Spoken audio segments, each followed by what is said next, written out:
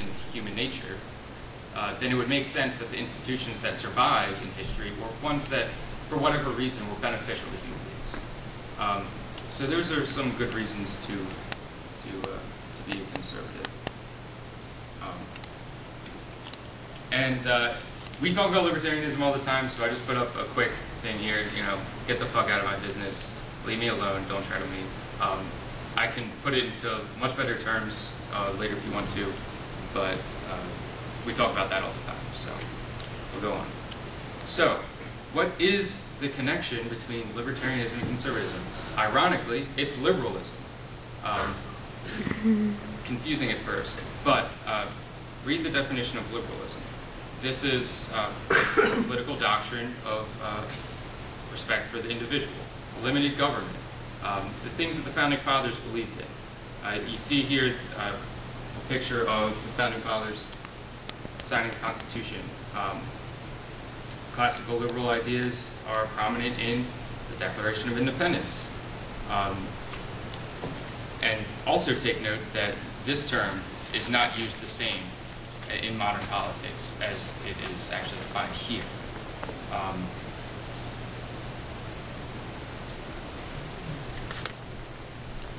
So, who were the conservatives during the American Revolution?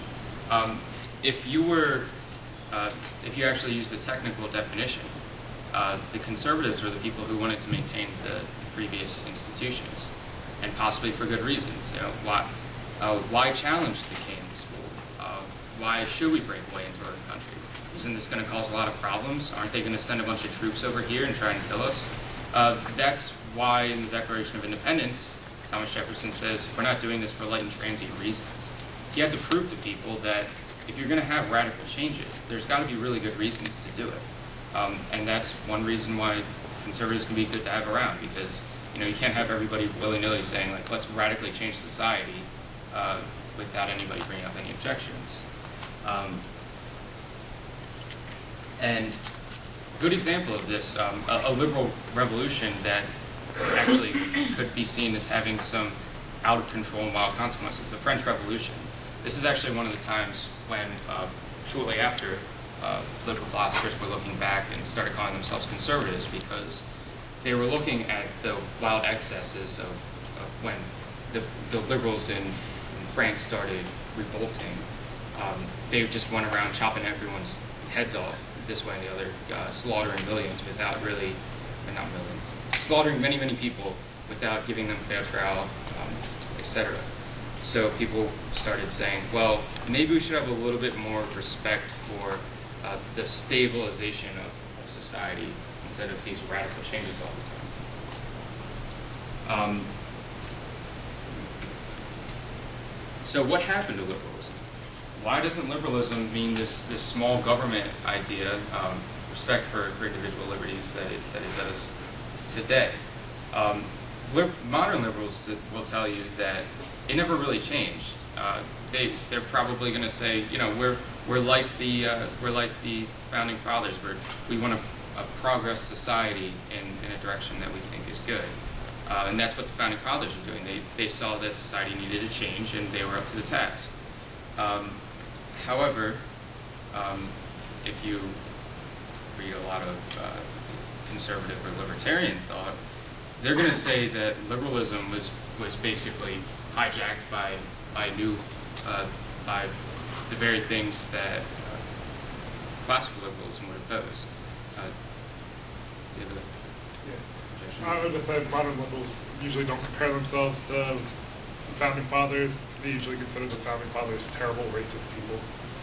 That could be a good point, actually.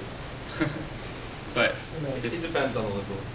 Yeah, like for example, when there was a Tom Paine, I don't know if you were there, but there was a Thomas Paine event here at Drexel, and they had like 3 historians. All of them were modern liberals to some extent, anywhere from regular modern liberal to communist, basically left wing. But they all were trying to claim that Thomas Paine was a modern liberal, or like kind of like a socialist, whatever. Like he would be for all the things that the progressives and socialists are for now if he lived in our time, is what they're saying. So So that's what some of them might claim. Yeah, that thing I'm passing around, the quotes they use, they speak of the Founding Fathers as being in support for forcing us to do service, community service. So, yeah. It's good stuff. So their view might be that liberalism has just evolved.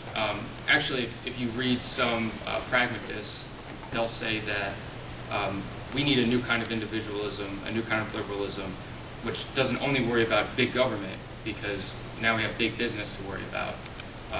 So they kind of take this distrust of government and also inject distrust of business.